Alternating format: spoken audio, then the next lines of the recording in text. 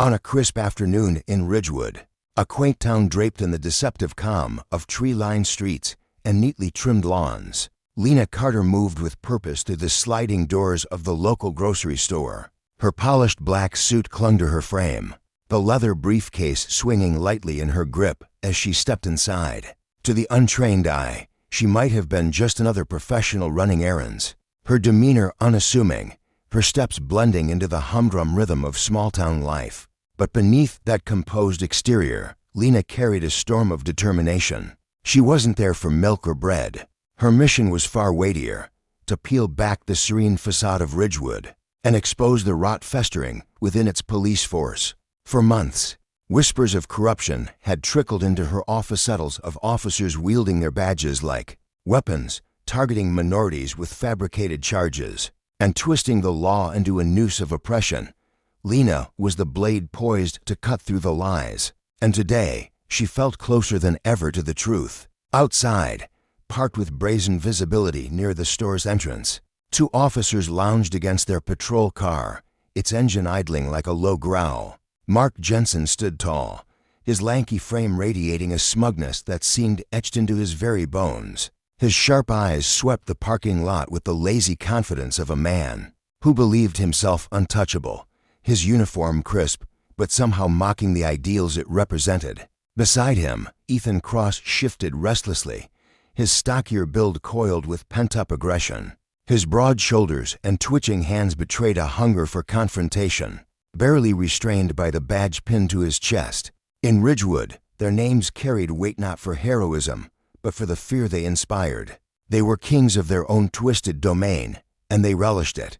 Unbeknownst to them, Lena's gaze tracked their every move from behind the store's glass windows, her mind cataloging their arrogance as evidence of the corruption she'd come to dismantle. Inside, Lena drifted through the aisles, her fingers brushing against a loaf of bread, aching of soup props to maintain her cover. The fluorescent lights buzzed faintly overhead, casting stark shadows on the linoleum floor. She could feel the officer's presence even from within, their cruiser positioned like a sentinel, its dark silhouette a constant reminder of their watchful eyes. Their body language screamed dominance, Mark's casual lean against the hood, Ethan's restless pacing. It wasn't subtle, it was a message, a silent decree that they owned this town and everyone in it.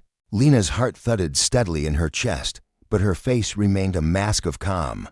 She'd seen this before, men drunk on power, flexing it like a muscle to see who'd flinch first. To her, it wasn't just posturing, it was a prelude to the chaos they'd soon unleash. Stepping out into the late afternoon light, a paper bag cradled in one arm, Lena cast a fleeting glance toward the cruiser. Mark's eyes met hers, cold and unblinking, a predator sizing up its prey. Ethan muttered something under his breath, and the two shared a smirk, their lips curling with the smug assurance of men who'd played this game before and won. Lena recognized the tactic instantly, a calculated display meant to unnerve, to assert control. She'd encountered it in other towns, other cases, and each time it stoked the same quiet fire in her gut. This wasn't just about intimidation, it was a warning of what was to come. Refusing to give them the satisfaction of a reaction, she walked to her car with deliberate grace, every step measured, every gesture a defiance they couldn't yet comprehend. As she reached for her keys, her eyes darted to the cruiser's license plate, 7J for 59, etching the numbers into her memory. With the precision of a seasoned investigator, details like these, she knew, could unravel empires. Mark nudged Ethan, his voice cutting through the stillness just loud enough for her to hear. "Look at that, Simeon seems nervous. Wonder what she's hiding." Ethan's chuckle followed, sharp and menacing, slicing through the air like a blade. "Maybe we should find out." The words dripped with malice, a taunt meant to rattle her, to provoke a misstep they could exploit. Inside, Lena's pulse quickened, a rush of adrenaline sharpening her senses, but outwardly, she remained a statue of calm. She slid the bag onto the passenger seat, her movements slow and intentional, denying them the chaos they craved. From the corner of her eye, she saw Mark take a step forward, his hand resting on his utility belt with feigned nonchalance. Ethan trailed him, his grin widening, a hunter eager for the chase. They were closing in, their intent as clear as the daylight bathing the parking lot. Lena drew a steadying breath, her fingers tightening briefly on the steering wheel as she slipped into the driver's seat. She knew better than to react rashly. Years of experience had honed her instincts, taught her to bide her time. Starting the engine, she met their stares one last time through the window, her expression unreadable but her resolve ironclad. Their eyes bored into her, daring her to flinch, but she pulled away without a word, the hum of her car fading into the distance. A few blocks later, she eased to the curb, her hands trembling slightly as she pulled out her phone. Her voice was low but firm as she recorded, Ridgewood Market. 2 officers, cruiser license plate A7J for 59. Jensen and Cross, unprovoked intimidation. She saved the file, the timestamp a silent promise of accountability. Leaning back in her seat, she exhaled, the weight of the encounter settling over her like a shroud. These men weren't just bold, they were reckless, practically begging her to challenge them. They had no idea who she was, no inkling that she was the reckoning they'd unwittingly summoned. Later that day, Lena returned to the grocery store lot, parking at its far edge where she could watch the exit unnoticed. Her instincts had been right. The cruiser rolled in moments later, its engine rumbling with quiet menace. Mark climbed out first, adjusting his belt with the swagger of a man who thrived on control. Ethan followed, his bulk casting a shadow across the asphalt as the afternoon sun dipped lower. They approached her car with deliberate steps, Mark's lips twisting into a mockery of a smile as he rapped on her window with 2 knuckles. "Afternoon, Mum," he drawled, his voice syrupy with fake courtesy. "We've got a little problem. Your license plate matches a vehicle tied to a robbery earlier this week." Lena's eyes locked onto his, unflinching, her mind racing to dissect the lie. "That's impossible," she said evenly, her tone a blade wrapped in velvet. "My car hasn't left my garage until today." Mark leaned closer, his hand pressing against the roof of her car, his presence invasive. "Is that so? Well, you won't mind stepping out so we can take a closer look." Before she could respond, Ethan circled to the passenger side, his shadow looming in her periphery. The air thickened with unspoken threats, their movements a choreographed dance of coercion. "I have no obligation to exit without cause," Lena replied, her voice steady as stone, her grip on the wheel a lifeline to her composure.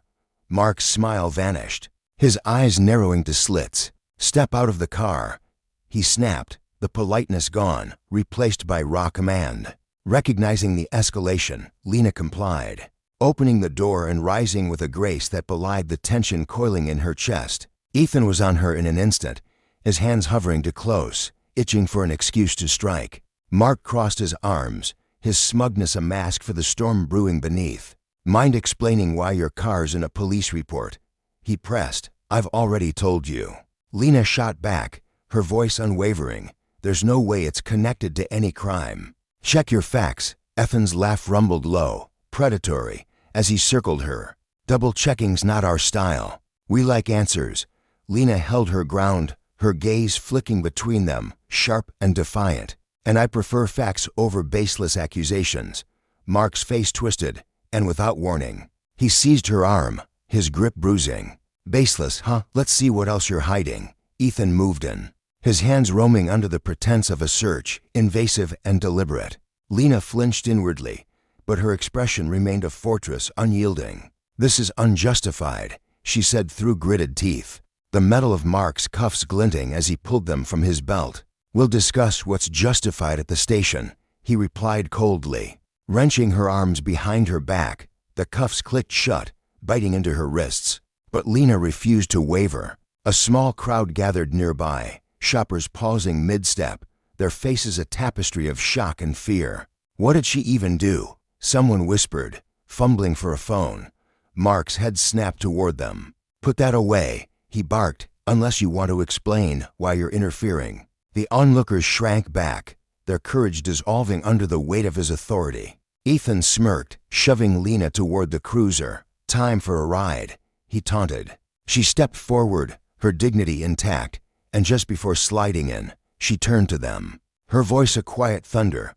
"Your actions won't go unanswered."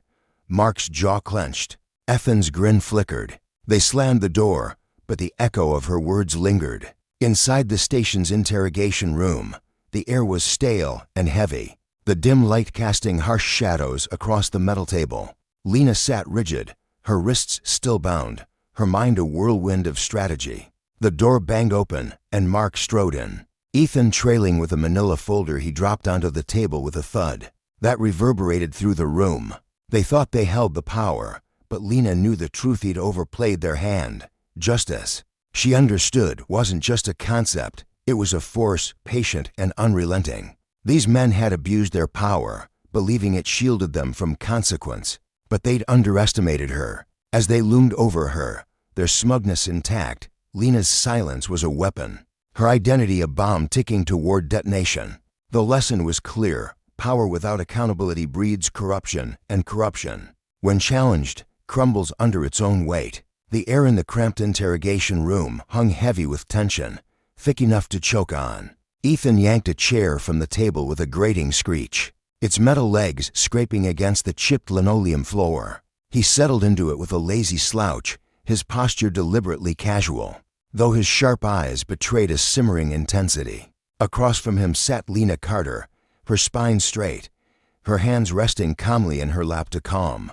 Perhaps, for someone facing such scrutiny, Mark, meanwhile, refused to sit. He loomed over her instead, his broad frame casting a shadow that stretched across the table like a dark omen. His presence was suffocating, predatory, as if he were a hawk circling a cornered rabbit, waiting for the moment to strike. "Let's cut to the chase," Mark said, his voice low and clipped, arms folding tightly across his chest. The gesture was meant to intimidate, to signal that he held all the power here. "Where were you 2 nights ago, round 10 p.m.? His words landed like a gauntlet thrown down, daring her to stumble. Lena lifted her gaze to meet his, her dark eyes steady and unreadable, a fortress of composure he couldn't breach. "At home," she replied, her tone smooth as polished stone, devoid of hesitation or fear. The simplicity of her answer seemed to mock their expectations, and it grated on Effen's nerves. He let out a sharp, derisive snort, leaning back in his chair until it creaked under his weight. "Convenient," he drawled, his voice dripping with sarcasm. He tilted his head, studying her as if she were a puzzle he could dismantle with enough prodding. "Real convenient, considering multiple witness essay they saw you hightailing it from a robbery scene at that exact time. Care to give that another shot?" Lena tilted her head ever so slightly, a subtle movement that carried a quiet defiance. "Witnesses, plural," she echoed, her voice still calm but edged with a razor-sharp firmness. "How convenient for you. I'd love to see those statements if they even exist." Her words were a challenge, a spark flung into the dry tinder of their accusations, and Mark's lips twitched into a cold, predatory smile. He reached into the evidence bag slung over his shoulder, his movements deliberate, almost theatrical. With a flick of his wrist, he pulled out a worn leather wallet, its edges frayed and stained with time. He tossed it onto the table with a smug flourish, letting it land with a dull thud between them. "Recognize this?" he asked, his tone thick with accusation, his eyes boring into her as if he could will her into guilt. "We found it in your bag." Lena didn't flinch. She didn't even glance at the wallet. Her gaze remained locked on Mark, unwavering, as if the object itself were beneath her notice. "No," she said simply, her voice a steady thread cutting through their tangled web. "I don't recognize it, and it wasn't in my baggie. Don't carry other people's things." Her refusal to play along only stoked their frustration, a fire she could see flickering in their eyes. Ethan leaned forward now, his elbows slamming onto the table with a force that made the surface shudder. He brought his face close to hers, close enough that she could feel the heat of his breath, smell the stale coffee clinging to it. "Funny," he hissed, his voice low and menacing, a snake coiling to strike. "Because it's got your fingerprints all over it. Explain that." Lena arched an eyebrow, her composure unshaken even as her heart thudded beneath her ribcage, a secret rebellion. She refused to let them see. "Even funnier," she countered coolly, "how it got those prints without me ever touching it." Her words were a mirror held up to their tactics, reflecting their deceit back at them, and it infuriated Mark. He slammed his hand down on the table, the sound exploding through the room like a gunshot. The walls seemed to tremble with the force of it, a physical manifestation of his growing rage. "Enough games," he barked, his voice raw and jagged. "We've got witnesses. Physical evidence more than enough to bury you. You're done, Lena." Her eyes narrowed, just a fraction, but it was enough to sharpen her gaze into something lethal. "You have nothing," she said, her voice slicing through the chaos like a blade of ice. "Nothing but fabricated lies and planted evidence. Shout all you want, it won't make your story true." Her defiance was a wall, unyielding, and it drove a wedge into their confidence. Mark's face darkened, a storm cloud ready to unleash its fury. He stepped back, pacing the room with heavy, deliberate strides, his boots thudding against the floor like a war drum. His frustration was palpable, a beast clawing at its cage. Ethan, meanwhile, picked up the thread, his voice taking on a mockingly conspiratorial tone. "Your so-called accomplice is already singing," he said, leaning in again, his smirk widening. "Guess what they said? They pinned you as the mastermind, said you orchestrated the whole damn thing." Lena's pulse quickened, a fleeting tremor of adrenaline she buried deep beneath her calm exterior. She knew their playbook: divide, intimidate, conquer. They wanted her to crack, to falter under the weight of their lies, but she'd faced worse than this. Her silence became her shield, her refusal to engage a weapon they couldn't counter. Ethan misread it, his smirk growing as he leaned closer. "What's the matter? Got your tongue? Maybe you're finally realizing how screwed you are." When Lena finally spoke, it was with a deliberate slowness, her voice cutting through the haze of their taunts. She leaned forward, just enough to meet Ethan's gaze head-on, her eyes burning with quiet resolve. "I'm not the one in trouble here," she said, her tone as cold and unyielding as steel. "You think you can bully me into confessing to something I didn't do? Go ahead. Try harder. You're only digging your own graves." Mark stopped pacing mid-stride, spinning on his heel to face her, his sneer twisting his features into something feral. "You think you're clever, don't you?" He spat, his voice dripping with venom. "That attitude won't save you when the jury sees this mountain of evidence." "Evidence you manufactured," Lena shot back, her words swift and unflinching. "What happens when a real jury finds out how often you pull these stunts? What happens when this whole sham falls apart in front of everyone?" Her accusation hung in the air, a guillotine poised above their necks, and for the first time, a flicker of uncertainty crossed Mark's face. He stepped closer, towering over her again, his shadow swallowing the light. "Watch your mouth," he growled, his voice a low rumble of barely contained rage. Lena didn't budge, didn't blink. "Or what?" she replied, her tone defiant. "You'll tack on another fake charge to your pile." Ethan surged to his feet, the legs of his chair screeching as he shoved it back against the wall with a violent crash. "You think you're untouchable," he snarled, his fists clenched at his sides. "We'll see how cocky you are when you're rotting behind bars." Mark raised a hand, a sharp gesture that silenced Ethan mid-rant. "No need to lose our cool," he said, his voice sliding back into a calculated calm, though his eyes still blazed with fury. He turned to Lena, his stare icy. "We can do this the easy way or the hard way. Admit you were there, save yourself the humiliation." Lena leaned back in her chair, her posture relaxed despite the storm swirling around her. "Humiliation?" she echoed, her voice laced with bitter amusement. "The only humiliation here is how far you've fallen from the badges you wear. I'm done with your questions. I want my lawyer." Ethan scoffed, shaking his head as if she'd just sealed her fate. "You're not in a position to make demands," he snapped. Mark, though, hesitated, a rare crack in his armor. For a fleeting moment, doubt shadowed his features, but he buried it quickly. "Fine," he said curtly. "Sit there in silence. See how that works out for you." Hours crawled by, a relentless siege of threats, accusations, and even feigned sympathy. The officers took turns, their voices rising and falling like waves battering a cliff. But Lena's resolve stood firm. She'd trained herself for moments like this, years of experience honing her instincts, teaching her to spot every lie, every misstep.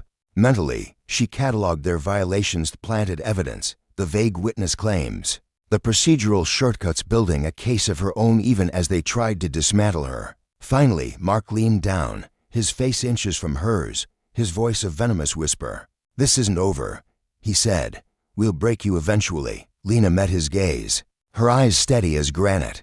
You'll have to try harder than that, she replied, her voice a quiet thunder that echoed long after they stormed out, the door slamming shut behind them. As the silence settled, Lena exhaled slowly, the weight of the ordeal pressing against her chest. Her hands trembled slightly, a private admission of the strain she'd endured.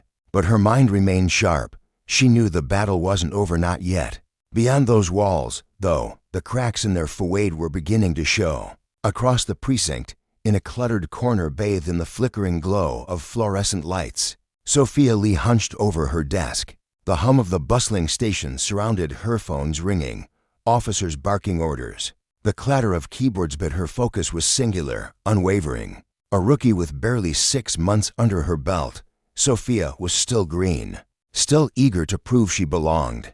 Yet the file in front of her, stamped with Lena Carter's name, gnawed at her like a splinter under a nail. She flipped through the pages, her brow furrowing deeper with each line.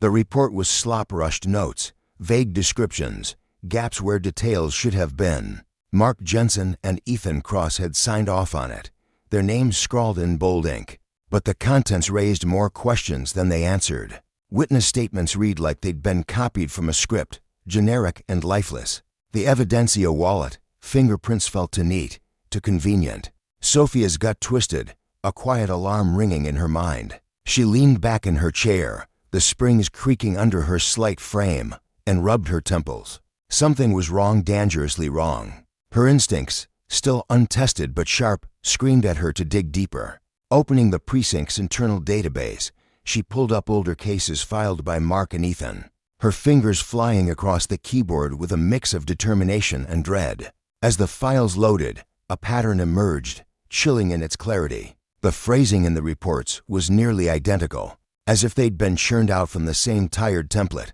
case after case. The same vague accusations, the same convenient evidence, and the names mostly minorities, all charged with crimes that mirrored one another with eerie precision. Sophia's heartbeat quickened, a drumbeat of realization. This wasn't a fluke. This was deliberate. She scrolled further, her breath catching as she stumbled across a case from 6 months prior. Malik Turner, arrested for burglary. The evidence against him was a carbon copy of Lanasa wallet allegedly found in his possession. Vague witness testimony, no solid proof. Malik had pleaded his innocence, his voice drowned out by the machine of conviction. He was serving time now, his life unraveled by the same hands that now gripped Lena. Sophia's stomach churned, bile rising in her throat. This wasn't just about Lena. This was a system, a corrupt, festering wound at the heart of the precinct. Her thoughts were shattered by a shadow falling across her desk. She looked up, startled, to find Ethan standing there, his arms crossed, his eyes cold and unreadable. "Working lately?" he asked, his tone deceptively casual, but there was an edge to it, a warning wrapped in silk. Sophia's pulse spiked, but she forced her voice to steady, just catching up on some paperwork. She said, quickly closing the file on her screen. Ethan's gaze lingered on her monitor, a predator sizing up its prey, before he smirked a thin, chilling curve of his lips. "Careful, Lee," he said, his voice soft but laced with menace. "You wouldn't want to get too curious about things that don't concern you." He didn't wait for a reply, turning on his heel and disappearing into the precinct's shadows. Sophia exhaled, her hands trembling as she gripped the edge of her desk. She was in deep now, watched by eyes she couldn't trust, but the fear only steeled her resolve. The next day, she reached out to an old friend in the district attorney's office. Her voice hushed as she shared every damning detail she'd uncovered. Her friend listened, grave and silent, before warning her, "You're taking a huge risk, Soph. If you're wrong, this could tank your career. And if I'm right," Sophia replied, her voice firm, "it could end theirs." That evening, she found a note slipped into her locker. The handwriting jagged and anonymous. "Drop it, or you'll regret it." Fear clawed at her, real and visceral, but so did her conviction. She made backups of her findings, stashing them in secure location sensors against the storm she knew was coming. She couldn't trust anyone here, not even Sergeant Walters, whose brusque dismissal of her concerns had only deepened her suspicion. The more she uncovered, the clearer it became. Lena Carter wasn't just a suspect, she was a target, a symbol of everything Mark and Ethan had twisted their power to destroy. Sophia had struck a match, and the fire it lit would soon blaze through the precinct, exposing a rot that ran deeper than anyone had dared to imagine. Justice, she realized, wasn't just about punishing the guilty, it was about dismantling the corrupt, confronting the consequences of unchecked power. And she wouldn't stop until it burned to the ground. The air in the courtroom crackled with a nervous energy, thick and suffocating, as Lena Carter was led through the towering wooden doors. Her wrists, bound tightly by the icy grip of steel handcuffs, gleamed faintly under the harsh fluorescent lights. Each step she took echoed with a quiet defiance, her head held high despite the weight of the restraints. The room erupted in a frenzy of flashing camera bulbs as reporters scrambled to capture her entrance, their lenses glinting like the eyes of vultures circling their prey. Up in the public gallery, a sea of faces stared down, some etched with curiosity, others hardened with skepticism, and a few twisted with outright disdain. The crowd was a restless mosaic of divided opinions, their hushed whispers weaving a web of tension that hung over the proceedings, like a storm cloud ready to burst. At the prosecution's table, Mark Jensen lounged back in his chair, arms crossed over his chest with a lazy arrogance that seemed to dare anyone to challenge him. His sharp jawline tilted upward, his eyes glinting with a smug certainty that he held the upper hand. Beside him, Ethan Cross leaned in close to the prosecuting attorney, his lips curling into a sly grin as he muttered something under his breath, his voice too low to carry, but dripping with self-satisfaction. The two of them radiated triumph, their confidence a palpable force that seemed to mock the gravity of the moment. Across the room, Lena settled into her seat at the defense table, her expression a mask of serenity that belied the chaos swirling around her. The murmurs of the gallery washed over her like distant waves, but she remained untouched, her gaze steady and unyielding. For a brief, electric moment, her eyes flicked toward Mark and Ethan, cutting through their bravado like a blade. The smirks on their faces faltered, just for an instant, as if her stare had reached into their souls and found something they'd rather keep buried. "All rise," the bailiff's voice boomed, slicing through the restless hum of the room. The murmurs fell silent as the judge swept in, her black robe billowing like a shadow of authority. Every eye followed her ascent to the bench, the weight of her presence settling over the courtroom like a heavy fog. The prosecution seized the moment without hesitation. The attorney rose, his posture rigid with purpose, his voice ringing out with a practiced clarity. "Your Honor, this case is as clear as day. The evidence against Miss Carter is ironclad, a mountain of proof that cannot be disputed. The testimony we're about to present will erase any shred of doubt about her guilt." His words carried a venomous edge, each syllable aimed at Lena like an arrow. At her side, her lawyer, a man in his 50s with silver-streaked hair and a face carved from years of courtroom, battle kept his composure intact. His eyes, sharp and calculating, betrayed nothing as he leaned toward her, his voice a low murmur against the storm of accusations.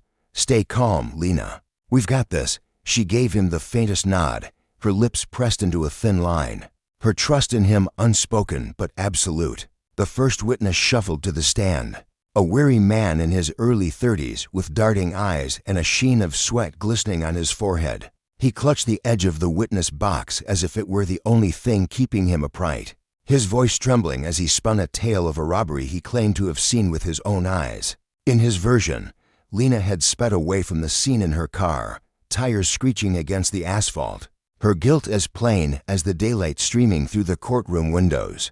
The prosecutor circled him like a hawk, pressing for details with a relentless intensity. "Did you see the defendant clearly?"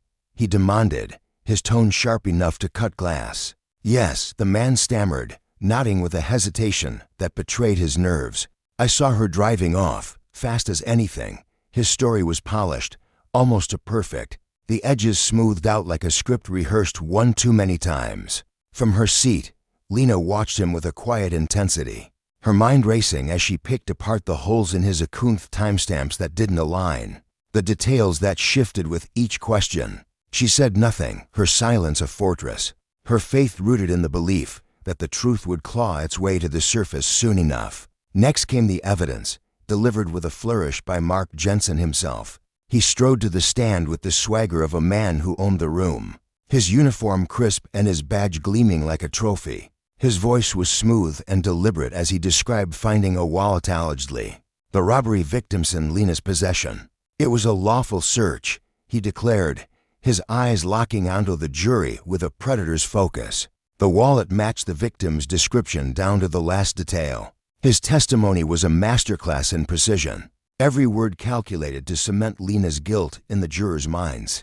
They shifted in their seats, exchanging glances that hinted at the sway his confidence held over them. Ethan followed, his testimony a mirror of Mark's, his bravado dialed up to an almost theatrical level. He painted a picture of witness accounts that dovetailed seamlessly with their evidence, his hands gesturing wildly as if to sculpt the narrative out of thin air. When the prosecution finally rested, the room buzzed with a quiet certainty that Lena's fate was sealed. But her lawyer wasn't done.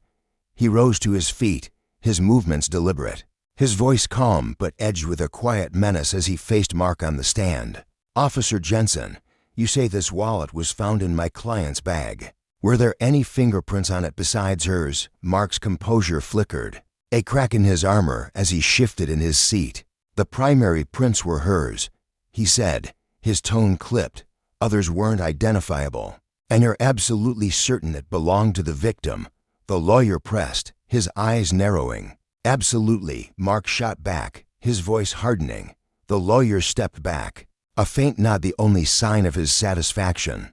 The question hung in the air like smoke, subtle but insidious, planting a seed of doubt that lingered in the jurors' minds. Through it all, Lena sat still as stone, her calm a stark contrast to the storm brewing around her. She could feel the prosecution's case towering over her, a monolith of Lisbeth beneath it. She sensed the cracks spreading, the foundation trembling under the weight of its own deceit. During a brief recess, Mark and Ethan huddled in the hallway, their voices low but laced with unease. Ethan paced, his fingers raking through his hair as he shot a glance back toward the courtroom doors. "She's too damn calm, Mark. It's like she's got something up her sleeve, something we don't know about." Mark waved him off, his dismissiveness a thin veneer over his own creeping doubt. "Doesn't matter. The jury's lapping it up. This is a done deal." But as they stepped back into the courtroom, Lena's gaze tracked them like a hunter sizing up her quarry. Her eyes burned with a silent vow, a promise that their house of cards was about to come crashing down. The prosecution's case seemed impenetrable, a fortress of fabricated truths until Lena decided it was time to tear it apart. The room fell into a stunned hush as she rose to her feet, her sudden movement drawing every eye like a magnet. Her lawyer's head snapped toward her, surprise flashing across his face, but she raised a hand to steady him, her resolve unshaken. The judge's gavel cracked against the bench, a sharp, commanding sound that cut through the silence. "Miss Carter, this is highly irregular," the judge began, her voice stern and her brows furrowed in disapproval. Lena met her gaze without flinching, her own voice steady and resonant. "Your Honor, I respectfully request the court's indulgence. I have critical information that will turn this case on its head." The judge hesitated, her lips pursing as she weighed the request, then gave a curt nod. "Proceed." Lena drew a deep breath, her chest rising as she squared her shoulders.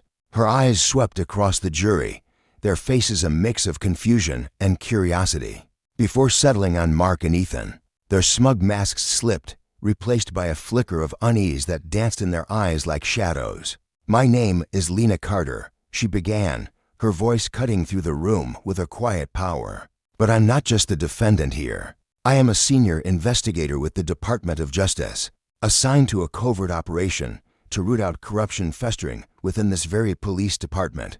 A gasp tore through the courtroom, a wave of shock rippling from the gallery to the jury box. Whispers erupted like wildfire, and even the judge leaned forward, her stern facade giving way to a spark of intrigue. Mark's jaw clenched, his knuckles whitening as he gripped the table, while Ethan's eyes darted toward his partner, his fingers trembling against the wood. Lena pressed on, her tone unwavering, each word a brick dismantling the prosecution's narrative. "For months, I've been gathering evidence against officers Mark Jensen and Ethan Cross. They've engaged in racial profiling, planted evidence, and abused their authority to prey on the vulnerable. This trial isn't about a robbery, it's about exposing the rot they've spread through the system. The prosecutor leapt to his feet, his face flushed with indignation. "Your Honor, this is outrageous. The defendant is spinning wild lies to derail this trial." "Sit down," the judge snapped, her voice a whip crack. "Miss Carter, continue, but you'd better have proof to back this up." Lena nodded, unfazed, and reached into her pocket. The search of her belongings earlier had overlooked the small item, a perk of her DOJ credentials. She pulled out a USB drive, holding it up like a talisman. "Your Honor, this contains documented proof, doctored reports, planted evidence, a trail of racial targeting stretching back years. I request it be entered into evidence." The bailiff stepped forward, retrieving the drive with a careful hand and passing it to the judge, who handed it to the clerk for review. The room buzzed with an electric tension, every breath held as Mark shot to his feet, his face red with fury. "This is a joke. She's flipping the script because she knows she's cornered." Lena turned to him, her gaze icy and unyielding. "You're the one who's guilty, Officer Jensen. Guilty of twisting the power you were given.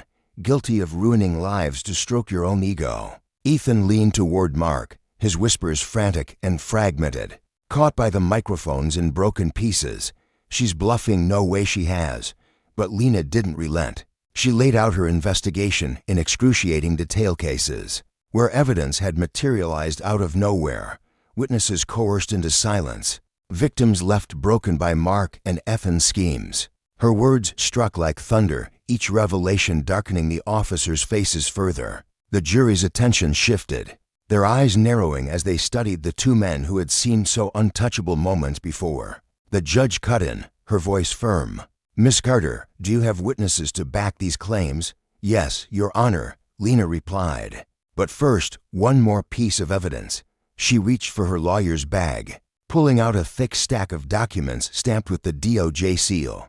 "These are my internal reports, dates, times, proof of Jensen and Cross's misconduct." The clerk distributed the pages, and the prosecutor's face drained of color as he flipped through them, his voice faltering. This is he trailed off, sinking back into his seat. Mark's control shattered. "It's a setup," he roared, slamming his fist on the table. "She's lying."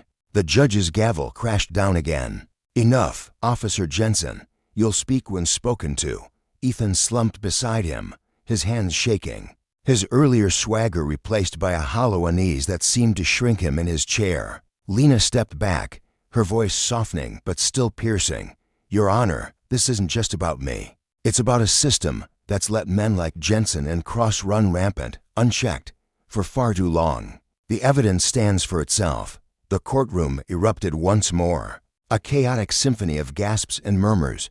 The judge pounded her gavel, her face a storm of anger and focus as she restored order. The jury sat in rapt silence, their eyes darting between Lena and the officers, the weight of her words sinking in.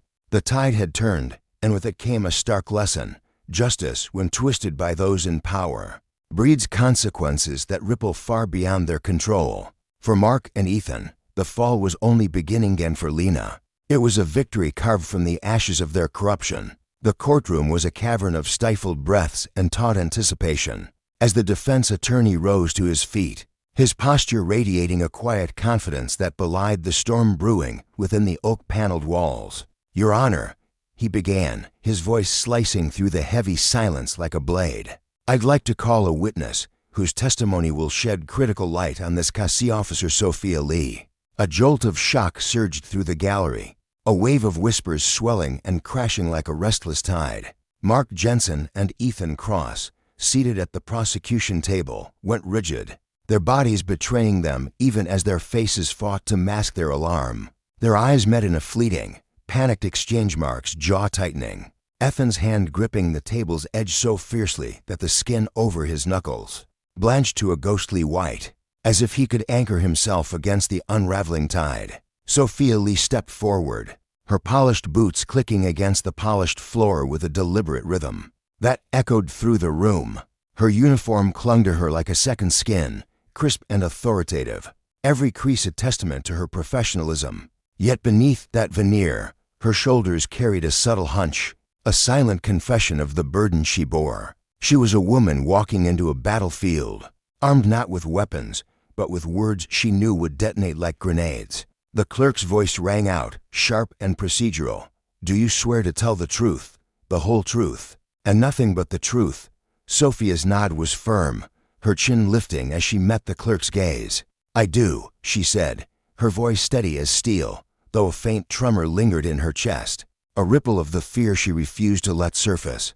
She settled into the witness stand, her hands folding neatly in her lap, but her fingers twitched on a fleeting sign of the storm raging within. Lena's lawyer approached, his steps measured, his eyes locked on Sophia with the intensity of a predator sizing up its prey. "Officer Lee," he began, his tone smooth yet probing, "could you please describe your role within the Ridgewood Police Department?"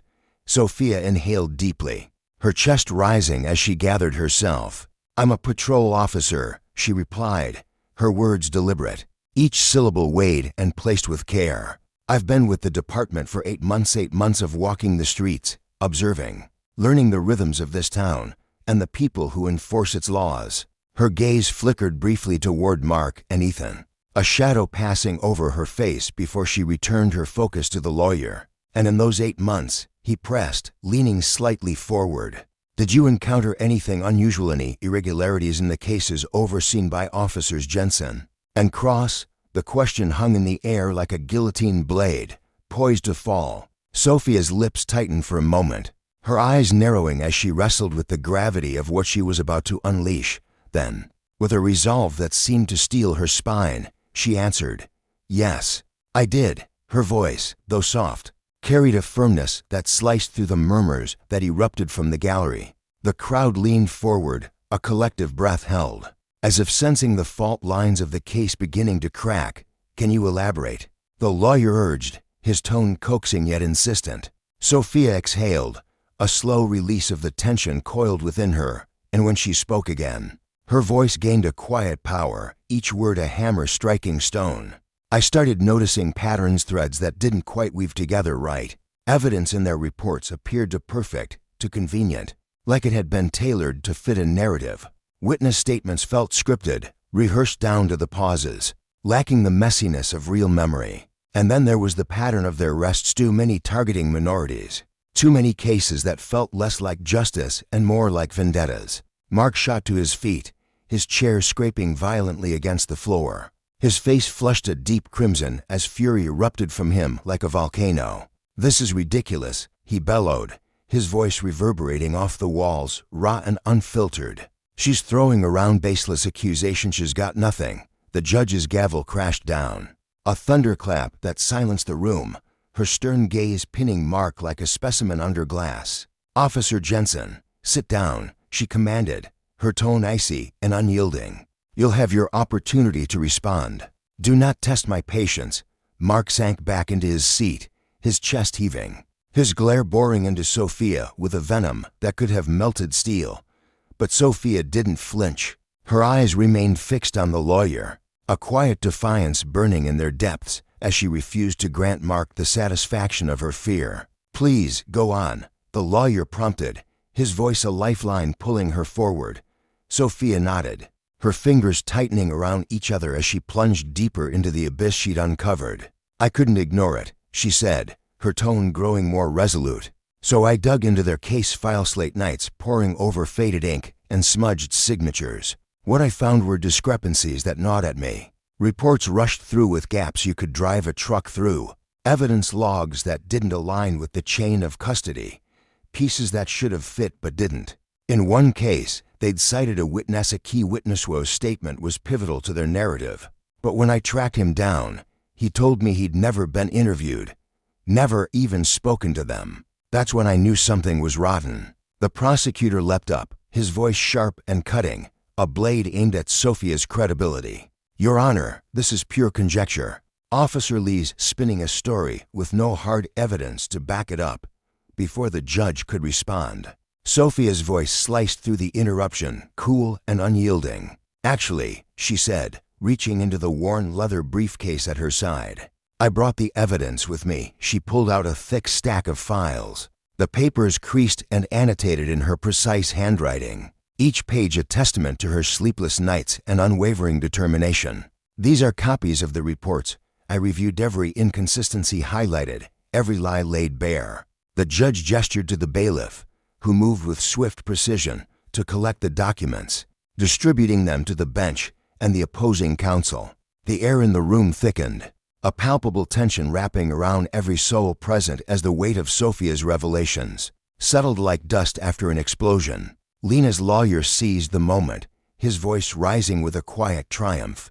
"Officer Lee, when you started asking questions, digging into these cassettes, did you face any pushback?" Sophia hesitated, her lips parting slightly as a shadow of memory darkened her features. "Yes," she admitted, her voice softer now, threaded with a bitterness she couldn't hide. "When I brought my concerns to my supervisor, he didn't even look at me, just told me to mind my own business, to keep my head down if I wanted to keep my badge."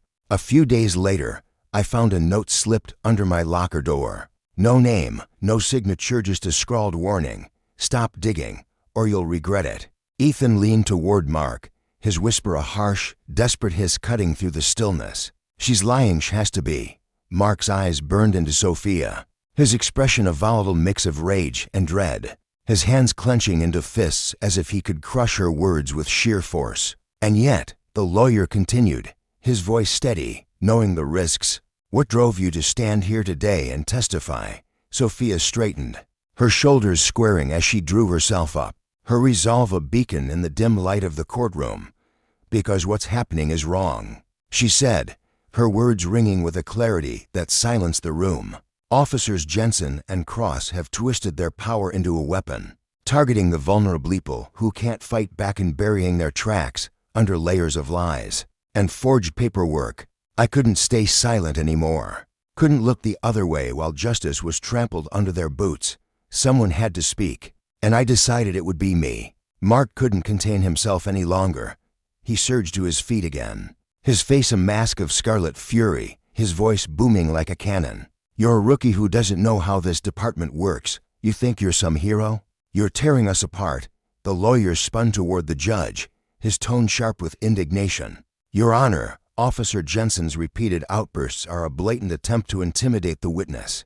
The judge's gaze locked onto Mark, cold and unyielding as granite. "One more word, Officer Jensen, and I'll hold you in contempt. Sit down." The room buzzed with restless energy, the gallery's murmurs swelling as Sophia's testimony peeled back the rotting layers of corruption Mark and Ethan had spent years cultivating. Lena sat at the defense table, her posture composed, her hands resting calmly in her lap, but her eyes sharp, watchful, tracked every movement, every word. She felt the shift in the air, the jury's skepticism giving way to a dawning outrage as Sophia's courage reframed the narrative. The spectators, once a sea of doubt and indifference, now thrummed with a restless anger, their whispers a chorus of disbelief. Sophia concluded, her voice unwavering, a quiet thunder rolling through the silence. "This isn't just about one case, or even two officers. It's about a system that lets misconduct fester because no one dares to call it out. I'm here to make sure the truth isn't buried again." As she stepped down from the stand, the silence was deafening, her words hanging like a storm cloud, heavy with the promise of reckoning. The jury filed back in, their faces etched with a grim determination that seemed to weigh down their steps. The foreperson clutched a single sheet of paper, her hands trembling slightly in it from fear, but from the gravity of the decision she carried. The room held its breath, the tension a coiled spring ready to snap. The judge's voice pierced the hush, steady and commanding. "Has the jury reached a verdict?" "Yes, Your Honor," the foreperson replied, her voice firm despite the faint quiver of emotion beneath it. "Please read it." She drew a breath, her eyes scanning the page before she spoke. "In the matter of the state versus Lena Carter, we find the defendant not guilty on all charges." The gallery erupted, a cacophony of gasps, murmurs, and scattered applause bursting forth like a dam breaking. Lena exhaled, a slow, controlled release, her composure unshaken, though a flicker of relief softened the edges of her stoic mask. Her lawyer's hand found her shoulder, a gentle squeeze as he leaned in, his whisper warm with victory. "You did it, Lena. You're free." But the judge wasn't finished. She turned her piercing gaze to Mark and Ethan. her voice sharpening into a blade of authority. This trial has laid bare a festering corruption within the Ridgewood Police Department, spearheaded by officers Mark Jensen and Ethan Cross. The evidence presented is overwhelming and undeniable. I am ordering their immediate arrest on charges of perjury, falsification of evidence, and abuse of power.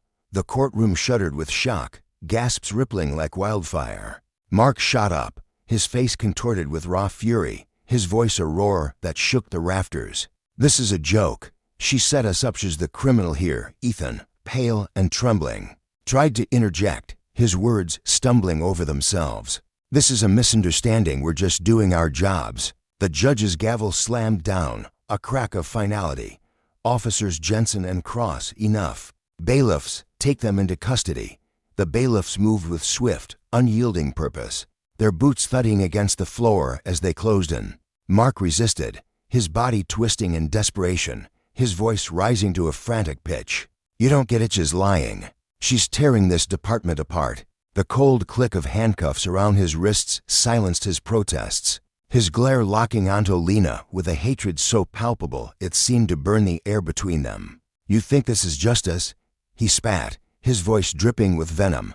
"You've destroyed everything. You're no hero, you're a fraud." Ethan, by contrast, went limp, his fight drained as the cuffs closed around him, his eyes hollow with the realization of his fall. Lena rose from her seat, her movements deliberate, her presence commanding even in silence. She stepped closer to Mark, her gaze unflinching, her voice low but resonant with a strength that cut deeper than his rage.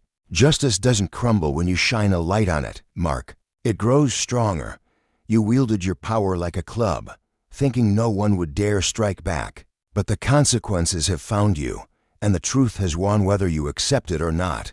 Mark lunged forward, a snarl twisting his lips, but the bailiffs yanked him back, their grip ironclad. The room buzzed with a frenetic energy, the spectators reeling from the swift collapse of two men who'd once seemed untouchable. As Mark and Ethan were led away, their heads bowed under the weight of their disgrace, the judge addressed the court once more, her voice a solemn proclamation. "This trial has exposed not just the sins of two individuals, but the cracks in a system that shielded their misconduct for far too long. Let today be a turning point, a call for accountability, a demand for change." Lena stood tall, her expression resolute, though a quiet weariness shadowed her eyes. The battle was won, but she knew it was merely the opening salvo in a war against a fractured system that could no longer hide its flaws. The aftermath sent tremors through the Ridgewood Police Department, the arrests of Mark and Ethan cracking open a dam of buried secrets.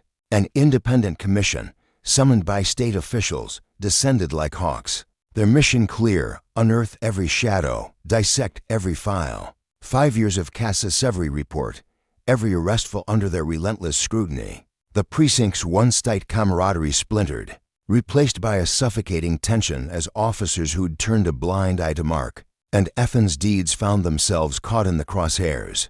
The air grew thick with distrust, whispers of betrayal echoing down the halls. For Sophia, the rookie who'd dared to speak, the victory was bittersweet, lit the fuse, but the explosion would reshape everything she'd known. And for Lena, the ripple effects stretched far beyond the courtroom, a clarion call to dismantle a machine that had thrived on silence and unchecked power. Justice, she knew, was a flame that demanded tending, a flame that, once ignited, could never be extinguished. The commission toiled without pause, their efforts peeling back layers of disturbing behavior that stretched far beyond just Mark and Ethan. What they uncovered wasn't isolated, it was a festering wound in the department, oozing with patterns of racial profiling, coercion against people like Varen, and evidence twisted or outright invented to fit narratives. The deeper they dug, the uglier it got. Some officers had chosen to look the other way, their silence a heavy blanket over the rot, while others had eagerly rolled up their sleeves and joined in, hands stained with the same corruption. Among the implicated was Sergeant Walters, a man whose broad shoulders and stern jaw had once commanded respect. Internal memories and coffee stain from late-night review showed he'd brushed off repeated warnings about Mark and Ethan's reckless conduct. They're effective, he'd scribbled in the margins of one complaint, his handwriting sharp and dismissive. They get results. To him, results trumped righteousness. And that choice painted a grim portrait of a precinct where justice had been traded for convenience, where power flexed unchecked. The investigation unfolded like a storm rolling over Ridgewood. Dark clouds gathering as officers were called in one by one to face the reckoning. Walters sat rigid in his chair during questioning, his voice booming with defiance yet brittle, like a cracked bell tolling hollow lies. "I did my job," he insisted, his gray eyes darting to the corners of the room as if searching for an escape from the truth closing in. Others crumbled under the weight of their guilt, their confessions spilling out in shaky whispers. One officer, a weary man with sweat beading on his forehead, stared at the table as he spoke. "It wasn't my place to question them," he murmured, his fingers twisting a pen until it snapped. "I figured no one would listen to me anyway. Who was I to stir the pot?" Each admission stoked the flames, building an airtight case against those who'd nurtured this poisonous cultureman, who'd mistaken their badges for crowns, forgetting the cost of their arrogance. Amid the chaos, Sophia Lee rose like a lighthouse piercing the fog, her integrity a steady glow in the murk. She'd stood tall in Lena Carter's trial, her testimony cutting through the lies with surgical precision, earning her nods of admiration from the public and a quiet respect from colleagues who dared to meet her gaze. But not everyone welcomed her light. When she returned to the precinct, the air shifted. Some officers turned their backs, their boots scuffing the linoleum as they avoided her, unwilling to face the mirror she held up.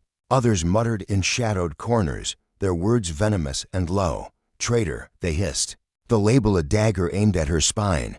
Yet Sophia stood unshaken, her dark eyes fierce with purpose. She wouldn't bend to their bitterness. Her mission was bigger than their scorn. Her superiors, recognizing the steel in her spirit, handed her a detective's badge and a mandate: lead a new internal affairs task force to drag the department out of its mire. At her first meeting, she stood before her Team 5 officers, each watching her with a mix of hope and skepticism, and spoke with a voice that carried the weight of conviction. "We can reshape this place," she said, her tone unwavering as she paced the room, her shadow stretching across the wall. "It begins with owning our failures, opening our doors to scrutiny, and vowing to protect every soul in this community with fairness. That's not negotiable." Her words landed like stones in still water, rippling through the room and stirring something dormant in those who listened. Not everyone cheered her assent. A stubborn knot of old guard loyalists dug in their heels, clinging to the rusted machinery of the past. One humid afternoon, the precinct's locker room buzzed with their resentment. Sophia, slipping in to grab her jacket, caught the tail end of their sneers. "She thinks she's a damn hero," one grumbled, his voice thick with disdain as he slammed his locker shut, the clang echoing off the tiled walls. "She doesn't get it," his partner added, leaning against the bench with a smirk. "This system's set in stone. Always has been." Sophia stepped into the light, her silhouette sharp against the fluorescent glow, and the room fell silent as a graveyard. "You're right," she said, her voice calm but edged with iron. "It won't change if you're too scared to push, but I'm not scared." The two men froze, their bravado wilting under her stare. They shuffled out, heads low, leaving only the faint creak of the door behind them. That moment, though a splinter in her day, fueled her fire. She knew the road to reform was steep, but she'd climb it, step by stubborn step. The investigation didn't just unmask crooked cops. It exposed the cracked foundation they'd built their abuses on. Policies were torn up and rewritten under the Commission's watchful eye-body cameras became mandatory, their tiny lenses a constant reminder of accountability, while evidence handling tightened into a strict dance of checks and balances. Training rooms buzzed with new life as officers drilled de-escalation moves and wrestled with their own hidden biases, sweat and unease mingling in the air. Regular evaluations loomed over them now, a spotlight on their ethics, and community leaders stepped in, forming advisory boards that bridged the gap between the badge and the street. These civilians, teachers, shop owners, retirees sat at long tables, poring over reports and asking hard questions, their voices a chorus demanding trust be earned, not assumed. Sophia's rise lit a spark in others, younger officers, their uniforms still crisp with inexperience, sought her out like moths to a flame. During a training session, a rookie barely 20, his hands fidgeting with his cape, approached her as the room emptied. "Detective Lee," he started, his voice trembling slightly. "How do you deal with it? The pressure, I mean, with everyone watching you." Sophia paused, her lips curving into a faint smile as she adjusted her holster. "I keep my eyes on why I'm here," she said, her tone soft but steady. "This badge isn't a trophy, it's a promise. You're not here to rule, you're here to serve. Hold that close," and the noise fades. Her words stuck with him, a quiet anchor as he navigated the shifting tides of the department. Her guidance became a lifeline, proof that courage could carve a new path through even the thickest muck. Beyond the precinct's walls, the trial's echoes stirred Ridgewood's soul. For too long, its minority communities had lived under a suffocating shroud, wary of the flashing lights, meant to shield them, their trust eroded by years of betrayal. Now, the verdict cracked that silence open, fury and hope spilling out together. Lena Carter, a woman whose sharp eyes had seen too much, became their voice. What started as hushed talks in living rooms swelled into a movement, with Lena at its heart. At a town hall, the room packed tight with restless bodies, she stood on a rickety stage, her voice ringing out. "We've been quiet too long," she declared, her hands clenched into fists at her sides. "This is our tomato. Make sure no one else suffers like we have." The crowd roared, their applause a thunderclap of resolve. One by one, they rose to speak. An elderly black man, his back straight despite the years, gripped the microphone with trembling hands. "My boy was just 16, he said, his voice heavy with a decade of grief. They hauled him off for asking why they stopped him. Said he resisted. All I could do was watch them take him." The room hummed with shared pain, heads nodding in quiet solidarity. Then Maria Lopez stood, her face streaked with tears, her voice breaking as she spoke of her son. "They held him overnight, no reason, no call to me. When I begged for answers, they said he fit the description." "Of what? Being brown?" Her words hung in the air, a raw wound laid bare. Lena seized the momentum, turning those stories into fuel. She launched forums in church basements and school gyms, the air thick with coffee and determination. At one packed meeting, she faced a sea of faceover to hundreds strong and raised her voice. "We can shift this tide," she said, her passion a live wire. "Stay united. Tell your truths. Record every injustice. They want us weak, but we're a storm they can't outrun." A young man in the back, his brow furrowed, asked, "What if they hit back? What if we make it worse?" Lena didn't flinch. "Fear's their weapon," she shot back. "But together, they can't hush us all. The louder we get, the less they can hide." Her words sank deep, and soon Ridgewood buzzed with action hotlines sprang up to log abuses in secret.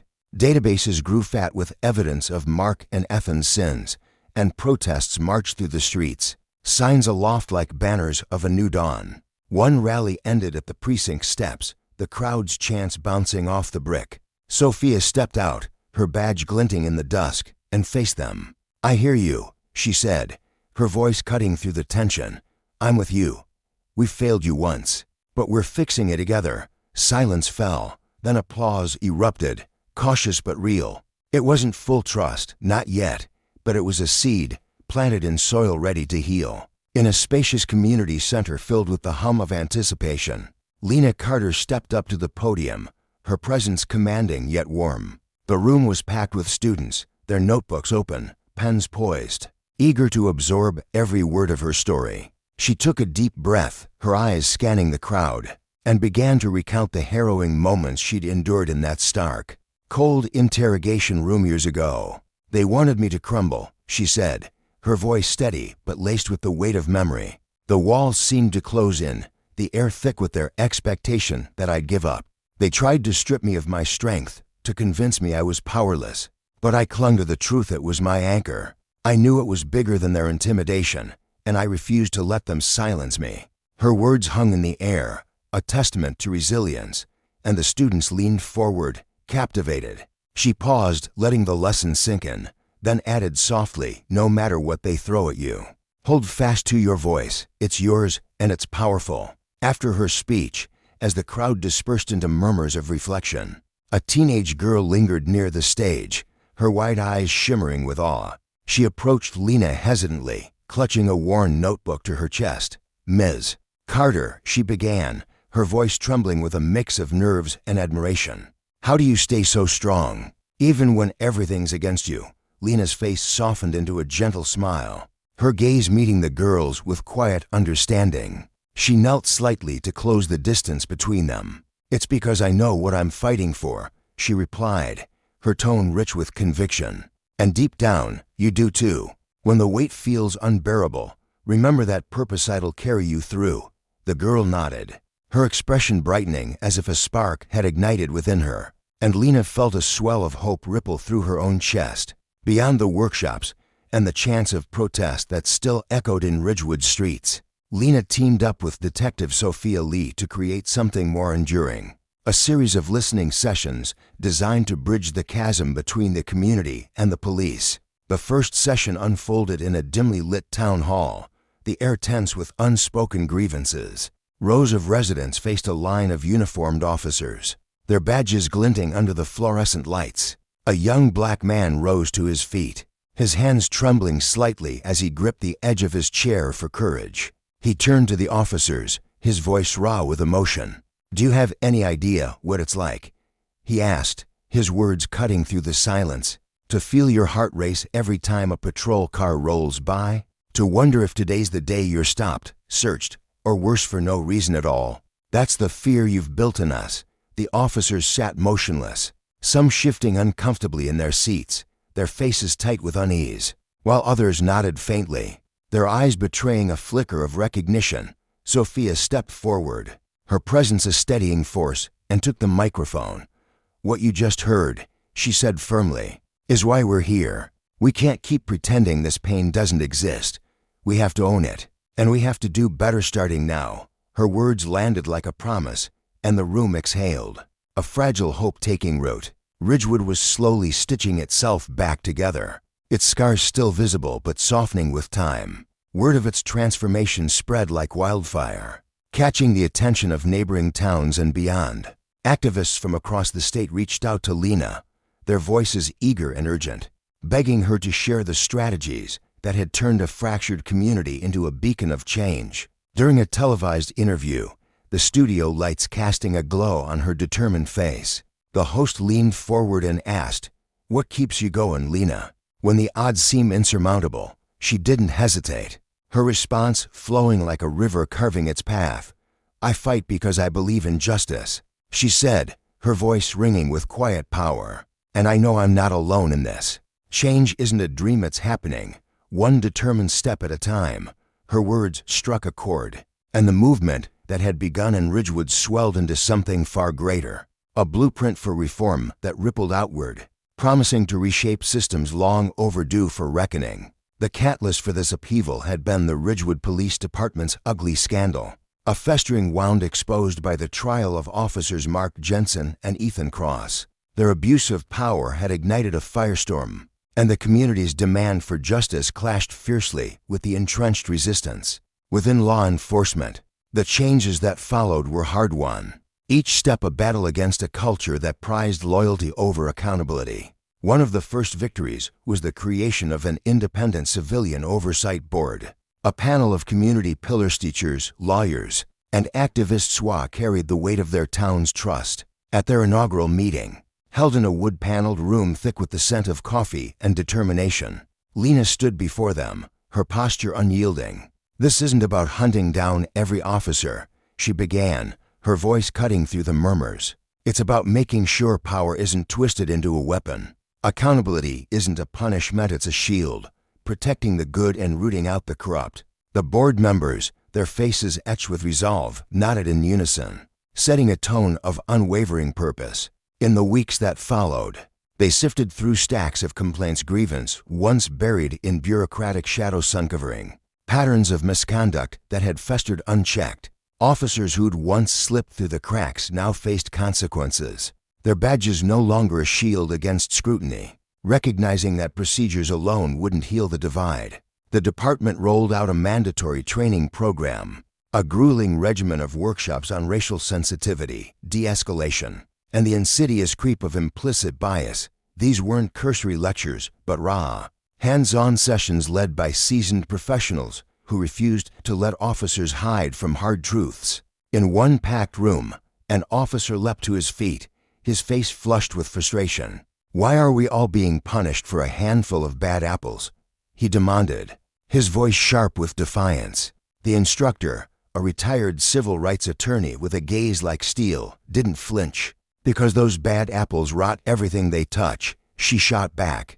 "If you don't cut them out, you're choosing corruption over honor. There's no middle ground." Sophia, who sat among the trainees, rose to add her own weight to the moment. "I stayed quiet once," she confessed, her voice thick with regret. "I saw things I should have called out, and my silence let harm spread. We owe this community and ourselves more than that." Her admission hung heavy, a challenge to her peers. Not everyone welcomed the shift. A stubborn contingent grumbled that they were being vilified. But the department's leadership held firm, suspending or dismissing those who dug in their heels. The arrival of body cameras marked another turning point, a tangible commitment to transparency. Every officer was now tethered to a lens, a blinking eye recording each encounter with the public. Strict rules governed their use. Tampering meant swift discipline, and at a tense department briefing, Sophia addressed the uneasy crowd. "These aren't here to trap you," she said, her tone even but unyielding. "They're here to protect you and the people we serve. If you're doing right, they'll back you up. If you're not, they'll show it. That's accountability, plain and simple." Some officers accepted the devices with reluctant shrugs, while others saw them as a bridge to trust, a way to prove their integrity. Over time, the cameras worked their quiet magic. Complaints dwindled, and tense standoffs softened into resolutions, the footage a silent witness to a changing tide. Perhaps the most profound shift came with the monthly town halls, where the community's voice took center stage. In one packed meeting, the air buzzing with nervous energy, a mother stood, her hands clasped tightly as she spoke. "I've taught my son to stay silent, to keep his hands where they can be seen, to never argue," she said, her voice quaking with a mother's fear. "But why should he live terrified of the ones meant to keep him safe?" Tears welled in her eyes, and the room fell silent, her words a dagger to the heart of every officer present. Sophia, seated among the crowd, rose to her feet, her expression solemn. "You're right," she said, her voice cutting through the stillness. "He shouldn't have to, and it's on us to fix that. These meetings aren't just talk, they are where we listen, where we change." Those forums became the bedrock of Ridgewood's renewal, forging a fragile but growing partnership between the police and the people they'd once failed. The echoes of Ridgewood's reforms reverberated far beyond its borders. Neighboring departments, wary of the same public wrath, began adopting similar measures, while state lawmakers drafted policies to cement accountability statewide. At a bustling conference on police reform, Lena took the stage, her presence electric as she addressed a sea of faces. "Ridgewood's story isn't special," she declared, her voice rising with urgency. "What happened there happens everywhere. The difference is, we've faced it head on.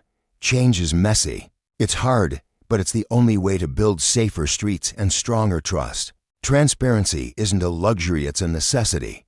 The crowd erupted in applause, her words cementing her as a torch-bearer for justice.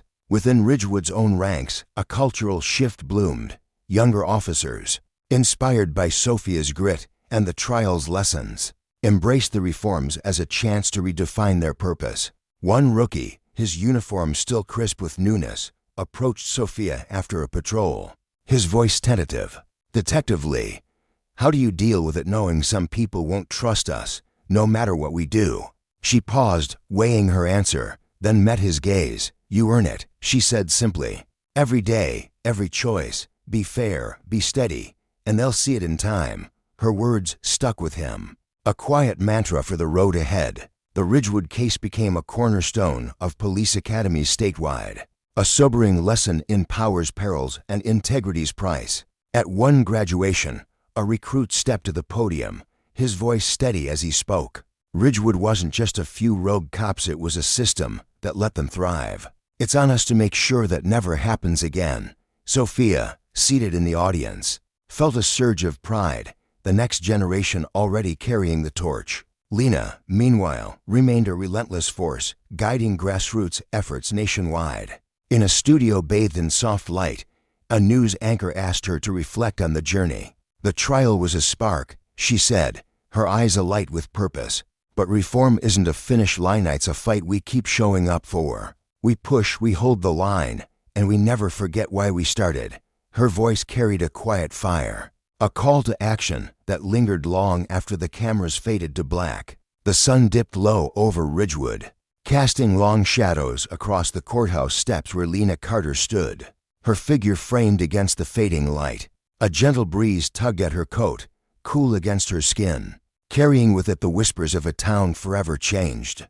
The crowds that once roared with anger and hope had long since dispersed, leaving the air still and heavy with the weight of what had been won and what still lay ahead. For Lena, this moment wasn't an ending, but a quiet pause, a chance to breathe before plunging back into the storm she'd chosen to weather. Her fight for justice, once a solitary spark, had ignited something far greater than herself, a movement that pulsed through every street, every home, every heart in Ridgewood. It was no longer just her battle, it was a shared crusade to ensure that every voice, no matter how small or silenced, could rise and be heard. And yet, as she stood there, the enormity of what remained unfinished pressed against her chest like a stone. Ridgewood had come a long way, its scars slowly healing, but the work stretched out before her like an endless horizon. Years ago, when Lena first stepped into this town as an undercover investigator, she'd been a stranger in a place that wore its secrets like armor. She'd expected to peel back layers of corruption, to expose the rot festering beneath the surface of the Ridgewood Police Department. But nothing could have prepared her for the depth of its way. Power had twisted itself into every corner, strangling fairness and leaving fear in its wake. Nor had she foreseen the toll it would exact on her spirit. She could still feel the cold steel of the interrogation room chair beneath her, the way the walls seemed to close in as Mark and Ethan loomed over her. Their voices had been knives, cutting through the air with accusations meant to shred her resolve. "You'll regret this," Mark had sneered, his words dripping with venom, his eyes glinting with the arrogance of a man who'd never been challenged. Ethan, quieter but no less menacing, had leaned in close, his breath hot against her ear as he whispered threats she'd never forget. In those moments, doubt had clawed at her. What if they were right? What if she couldn't withstand the weight of their authority? Her heart had pounded, her palms slick with sweat, but she'd clenched her fists beneath the table, refusing to let them see her falter. Those words, meant to break her, had instead become fuel, a dare she couldn't ignore. She'd stared back at them, her jaw set, and thought, let them try. Looking back now, standing on those courthouse steps, Lena marveled at how close she'd come to crumbling. The journey had been a crucible, forged in sleepless nights and relentless opposition. Every courtroom showdown, every community meeting where she'd faced down skeptics, every story of pain shared in hushed tones that had all demanded a courage she hadn't known she possessed. There were days when the threats arrived like clockwork. Anonymous letters slipped into her mailbox, their jagged handwriting promising retribution. Graffiti scrawled across her posters in angry red slashes, whispers that trailed her like shadows, questioning her motives, her sanity, her right to fight. At a panel discussion one humid evening, an audience member had risen, his face flushed with indignation. "You think this is unity?" he'd shouted, his voice echoing through the packed room. "You're tearing us apart, making it impossible for good officers to do their jobs." The accusation stung, a barb that hooked into her deepest fears. But Lena had straightened in her chair, her gaze steady as she met his eyes. "Accountability isn't division," she'd replied, her voice clear and firm despite the tremor in her chest. "It's the bedrock of trust if we want good officers to shine. We can't let the bad ones hide in the dark. That's not breaking a community, it's making it whole." The room had fallen silent, the weight of her words sinking in, and she'd felt a flicker of hope amid the tension. That hope grew stronger with every small victory. She thought of the young man at one of her public forums, his shoulders squared as he stood to speak. His voice had trembled at first, then steadied with a quiet fire. "Because of you, my little brother doesn't have to live in fear of the police anymore," he'd said, his eyes bright with gratitude. That might sound small to some, but to us it's the world. Those words had lodged in Lena's heart. a beacon she carried through the darker days. They reminded her of the faces she fought for, child who'd once flinched at a siren, the mother who'd wept recounting her son's unjust arrest, the elderly man who'd nodded at her from the back of a meeting, his weathered hands clasped as if in prayer. Change wasn't abstract, it was personal, tangible, etched into the lives she'd touched. The ripple effects of her defiance stretched beyond her wildest dreams. The Ridgewood Police Department, once a fortress of unchecked power, was undergoing a slow but seismic shift. Officers who'd once shrugged at misconduct were stepping into the light, inspired by the example of Detective Sophia Lee, a woman whose quiet strength had become Lena's anchor. Sophia had been there from the beginning, a steady presence with sharp eyes and a sharper mind. She'd risked her badge to stand with Lena, slipping her evidence in shadowed corners. Her voice low but resolute. "We can't keep pretending this is okay. Together." They'd weathered the storm, and now Sophia's courage was a spark igniting others. At precinct meetings, Lena saw veteran cops exchanging uneasy glances, younger ones asking questions they'd never dared voice before. The department wasn't perfect, but it was moving, inching toward something better. Not everyone welcomed the transformation.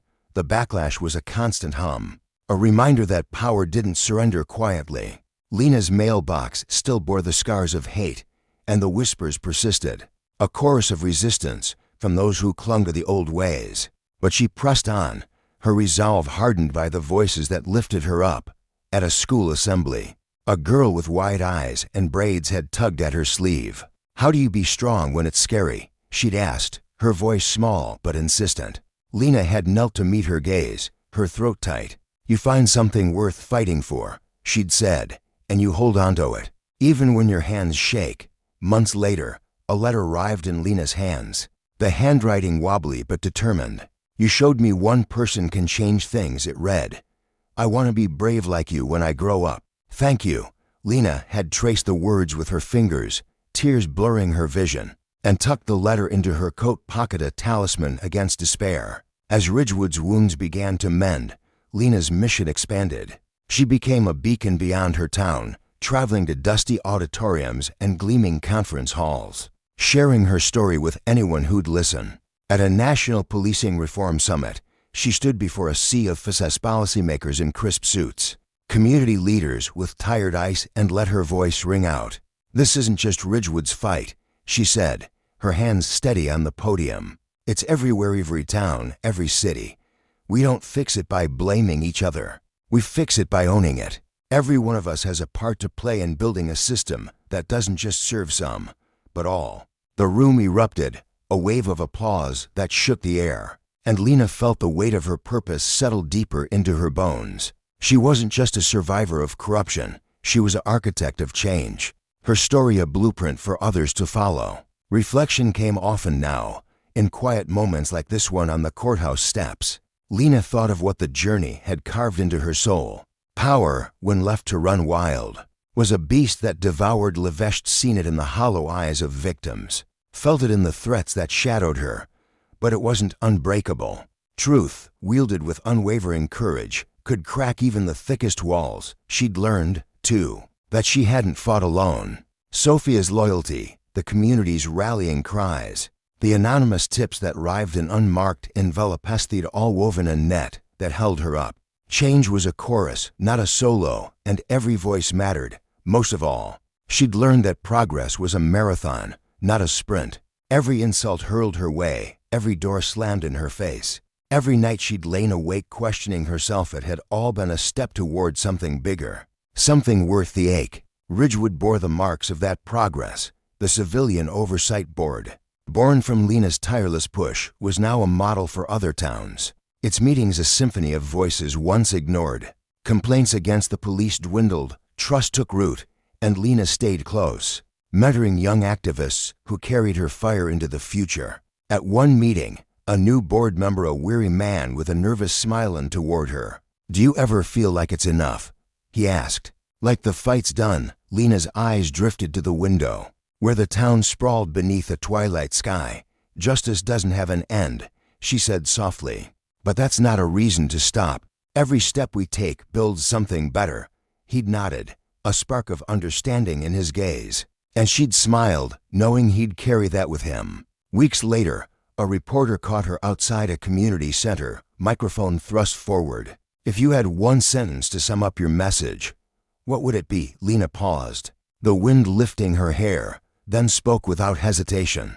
"No matter how strong the enemy, truth and courage will always carve a path forward." The interview aired across the country, her words a clarion call that stirred hearts in distant places. What had begun as her personal stand against injustice had blossomed into a movement, a tide that lifted Ridgewood and rippled outward, touching lives she'd never met. Her story was a testament to resilience, a living proof that even the most entrenched systems could be toppled not by force, but by the steady, unrelenting power of those who dared to stand. And so, as Lena lingered on those steps, the evening folding around her like a cloak, she thought of the road ahead. It would be steep, lined with thorns, but she was no stranger to hard paths. Her fight had taught her the cost of power run amok, lives broken, trust shattered, but also its limits. Justice wasn't a gift handed down, it was a garden cultivated through sweat and sacrifice. The lesson burned bright within her. When power overreaches, it sows the seeds of its own undoing, and those who rise against it, armed with truth, can reshape the world. Her journey wasn't hers alone anymore. It belonged to every soul it had touched, every dreamer it had inspired. With each step she took, Lena Carter carried that truth forward, a lighthouse for those still lost in the dark, proving that the fight for what's right was a flame worth tending, no matter how fierce the winds blew.